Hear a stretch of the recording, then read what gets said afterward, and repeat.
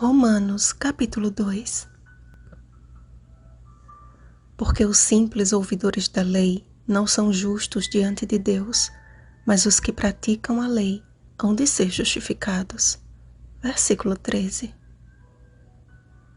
A forma com que Paulo abordou o assunto da lei revela o porquê Deus o escolheu para escrever sobre isso. Sua própria experiência lhe conferia autoridade para tratar do assunto, como quem já havia vivido sob os ditames de uma religião fria e legalista. Aos mestres da lei, Jesus chamou de hipócritas. Mateus capítulo 15, versículo 7. Paulo reforçou esse conceito ao enquadrar como ímpios todos os que possuem uma vida dupla. Julgam sem piedade aqueles cujos pecados se tornam públicos, enquanto acumulam para si mesmos ira para o dia da ira e da revelação do justo juízo de Deus. O apóstolo assinalou o contraste entre o severo julgamento dos homens e a bondade e tolerância e longanimidade de Deus. Deus sempre dá o primeiro passo na direção do homem. É Ele quem sempre toma a iniciativa. É a sua bondade que nos conduz ao arrependimento, e não o contrário. Seríamos incapazes de discernir entre o certo e o errado, não fosse a bondade divina nos revelando esta diferença através da sua palavra. E no dia do justo juízo de Deus, não haverá desculpas para o pecado. Todos serão julgados conforme a luz que receberam, porque os simples ouvidores da lei não são justos diante de Deus, mas os que praticam a lei hão de ser justificados. Diante do Senhor, mesmo os que não têm o conhecimento de sua lei e ainda assim andam como se a conhecessem, estes mostram a norma da lei gravada no seu coração. A transformação é feita de dentro para fora e grande luz é manifestada na vida para a salvação de outros e para a glória de Deus.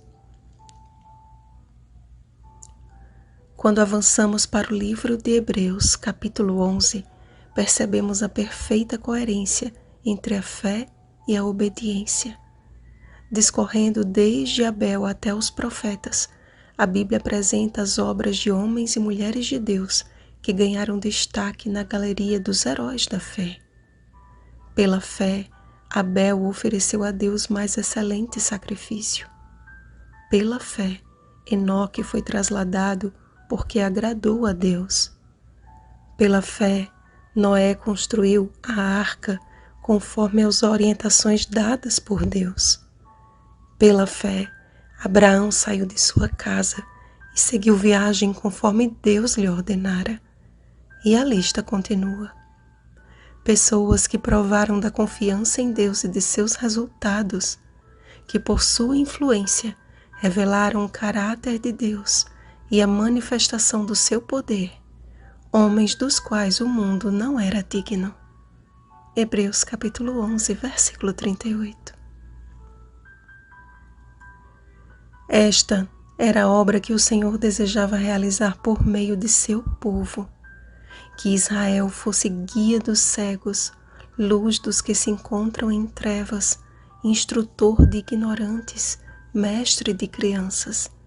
A realidade, porém, era que o nome de Deus era blasfemado entre os gentios por causa do mau procedimento dos israelitas. Ao mesmo tempo em que ensinavam a lei, não a cumpriam. Viviam conforme o famoso ditado: faça o que eu digo, mas não faça o que eu faço. Sobre essa incoerência, Jesus advertiu aos seus ouvintes: fazei e guardai, pois, tudo quanto eles vos disserem, porém não os imiteis nas suas obras, porque dizem e não fazem. Mateus capítulo 23, versículo 3. Infelizmente, não estamos livres desta condição. Mahatma Gandhi certa vez desabafou o seguinte, abre aspas, não conheço ninguém que tenha feito mais para a humanidade do que Jesus. De fato, Não há nada de errado no cristianismo. O problema são vocês cristãos. Vocês nem começaram a viver segundo seus próprios ensinamentos. Fecha aspas. Se trocarmos a palavra judeu por cristão, veremos que Paulo dissertou sobre a mesma ideia. Porque não é cristão quem o é apenas exteriormente, porém cristão é aquele que o é interiormente, como está nos versos 28 e 29. Cristão não é o legalista ou o moralista, mas o que pela fé, de coração, é obediente à palavra de Deus, porque a sua intenção não é angariar o louvor de homens, mas de Deus. E suas obras exteriores, naturalmente, refletem a constante obra interior realizada pelo Espírito Santo. Deus não nos criou para ira e indignação, mas para a vida eterna em Cristo Jesus, nosso Senhor. Também não fomos chamados por Deus para condenar nossos irmãos, mas para fazer o bem, atender à justiça, repreender ao opressor, defender o direito do órfão e pleitear a causa das viúvas. Isaías capítulo 1, versículo 17. Podemos sim, como Paulo, proferir palavras de advertência, desde que antes examinemos o nosso próprio coração, para que Deus não seja desonrado por nosso sobrenome cristão.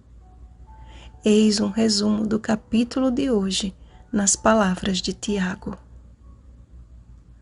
Tornai-vos, pois, praticantes da palavra, e não somente ouvintes, enganando-vos a vós mesmos. Tiago capítulo 1, versículo 22. Vigiemos e oremos. Bom dia, praticantes da palavra. Oremos para que a nossa vida seja sempre dirigida pelo Espírito Santo. Oremos uns pelos outros. Rosana Garcia Barros.